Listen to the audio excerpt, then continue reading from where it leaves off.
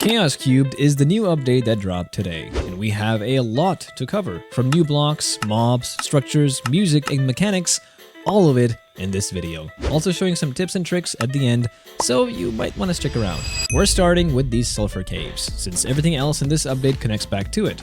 It's a new underground biome like lush or dripstone caves, but it's way smaller, more like scattered pockets than one big cave system. They never spawn near rivers, but they can spawn under oceans. Mostly you'll find them under mountains and plateaus.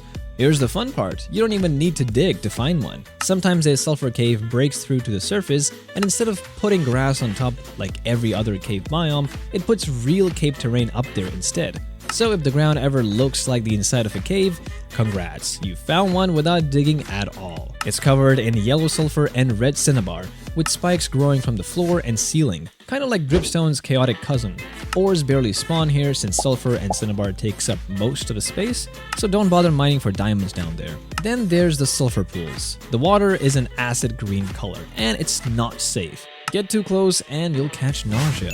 The gas spreads out 3 blocks, so you don't even need to touch the water to get hit. As for who lives here, Sulfur Cubes spawn the most, but they get their own section later. Cave spiders replace regular spiders, so now you're getting poisoned by something even smaller and angrier. Creepers, skeletons, and zombies still show up too, because Mojang won't let one biome just be chill. Oh, and 3 new songs, Ebb, Shores, and Nightly, only play in this biome. So even the music knows something's off down here. Now that we've seen the cave itself, let's talk about what it's actually made of. Sulfur Caves give us 2 brand new block sets, Sulfur and Cinnabar, and they come with the full package. We're talking stairs, slabs, walls, polished versions, bricks, brick stairs, brick slabs, brick walls, and even chiseled versions. Basically, if you can imagine a stone variant, it probably exists for these 2 blocks now. Together they're the reason the whole biome looks like nothing else in the game. Most caves are some shade of gray, but Sulfur Caves look like they got into a fight with a traffic light and lost. Both are mined with a pickaxe just like any other stone type block, so nothing fancy there. The real value is for builders. 2 new full block sets is actually a pretty big deal since most updates barely give us one. So if you've been bored of using the same black stone and deep slate combo for every build, you've officially got new toys.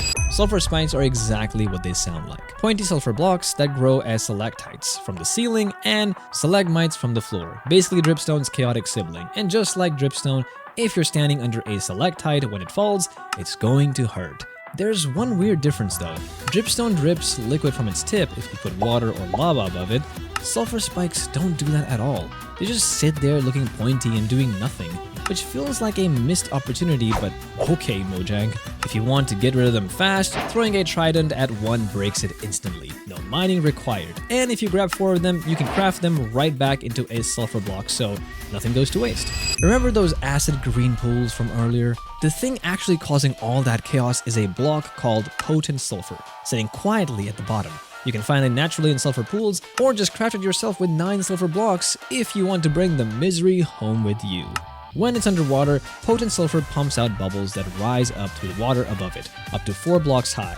But the real problem is the gas. It forms a cloud right at the surface, and that's what actually gives you nausea, not the water itself. So technically you could blame the air more than the pool. This is also where things get interesting, because potent sulfur isn't just there to mess with you. Combine it with the right block underneath, and it turns into something a lot more fun. But that's a whole section on its own.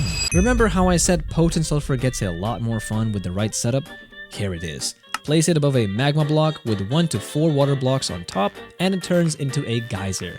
Every so often, it erupts, shooting a column of water particles straight up and launching anything standing above it into the sky. And don't worry, the launch itself does 0 damage, so feel free to ride it just for fun. The more water you stack on top, the higher it sends you, roughly 7 blocks of height for every water block you add. So with the max of 4 water blocks, you're basically building a budget elytra launcher. Want it to never stop erupting? Swap the magma block for actual lava underneath, and the geyser goes continuous, firing non-stop instead of waiting around.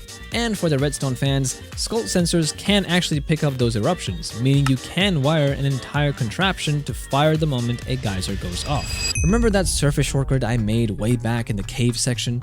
This is it. Sulfur Springs are basically sulfur caves poking through to the surface, and they come in 4 sizes: small, medium, large, and extra large, with the bigger ones being rarer. If you spot one, the bubbling water is your warning label. That means potent sulfur is sitting right underneath, so don't go jumping in expecting a nice swim. But more importantly, finding one means there's a sulfur cave directly below your feet. So congratulations, you just found free directions to the new biome without breaking a single block. Finally, the actual start of this whole update. The Sulfur Cube is a new passive mob that spawns in Sulfur Caves, and is basically a slime that decides to be friendly for once. It jumps around aimlessly just like slimes and magma cubes, except it won't attack you. Funny enough, it's still technically counted as a hostile mob behind the scenes, so Mojang couldn't fully let go of the trust issues. Kill a large one, and just like a slime, it splits into 2 cubes. But here's the twist regular slimes don't get. These small cubes actually grow back into full-sized cubes after 20 minutes, so you can build yourself an entire cube farm just by waiting around. Feed them slime balls to speed their growth up, or feed them a golden dandelion if you'd rather keep them small and harmless forever. You can even bucket them up like an axolotl and carry them wherever you want. But the real reason this mob is the star of the show isn't how it spawns or splits, it's what happens when you actually feed it a block. And that deserves its own section entirely. So, here's how the absorption actually works. Feed a large sulfur cube a block and it instantly freezes in place. The block appears inside it, and it stops being a jumpy little ball and turns into something you can punch around. Wherever you hit it, that's the direction it flies, and the harder you hit, the further it goes. While it's holding a block, it's immune to almost everything. Melee, explosions, fall damage, even falling anvils. Fire and lava still finish the job though, so don't get cocky. Now what you feed it actually matters because each block gives it a completely different personality. Feed it wood and it becomes incredibly bouncy, basically a rubber ball you can launch across the cave. Feed it ice and it turns into a slider with 0 bounce, perfect for shooting it in a straight line. Feed it honeycomb and it does the opposite of both. It just sticks wherever it lands and refuses to move again. Then there are the 2 you really need to be careful with. Feed it a magma block and it becomes a walking hazard that damages anything nearby just by touching it. And feed it TNT, then light it, and you've got 6 seconds before it explodes for real. No shears, no diffusing, nothing stops that countdown once it starts. To get the block back out, just shear it. Easy enough. But if you want to keep your sulfur cube in one specific shape, just don't shear it at all. And you've got yourself a custom-built physics toy that Mojang somehow decided belonged in a cave update. Last thing tied to this biome is a brand new music called Bounce, composed by Fingerspit. You can find it in minecart chests inside mineshafts, but only the ones that happen to generate inside a sulfur cave. So it's not exactly common, but considering the name, it feels like the perfect soundtrack for a mob that does nothing but bounce around all day. Quick break before we keep going. If you've already found the sulfur caves and gotten your hands on a sulfur cube, drop a comment with the weirdest archetype combo you've tried. I want to see what kind of chaos you've caused already. Besides Bounce, Fingerspit also composed 5 new background tracks for this update: Memories, Ebb, Home, Shores, and Nightly. You'll hear them just from exploring, no digging or chest hunting required this time. Java Edition finally caught up to something Bedrock has had for years: an actual built-in friends list. You can access it from the title screen or pause menu, send friend requests, and see whether your friends are online, offline, or already inside a world. It also handles requests properly now, with toast notifications popping up whenever someone sends, accepts, or declines a request, even showing their skin's face so you know who's bothering you. And the best part? This update quietly added peer-to-peer play alongside it, so you can invite friends straight into your world without messing with servers or local networks. Took Mojang long enough, but hey, better a decade later than never. Last technical thing worth mentioning, there's a new graphics API setting in your video options, letting you switch between OpenGL, which Java has used forever, and a new experimental option called Vulkan. If Vulkan doesn't play nice with your system, it just falls back to OpenGL automatically, so you can't really break anything by trying it.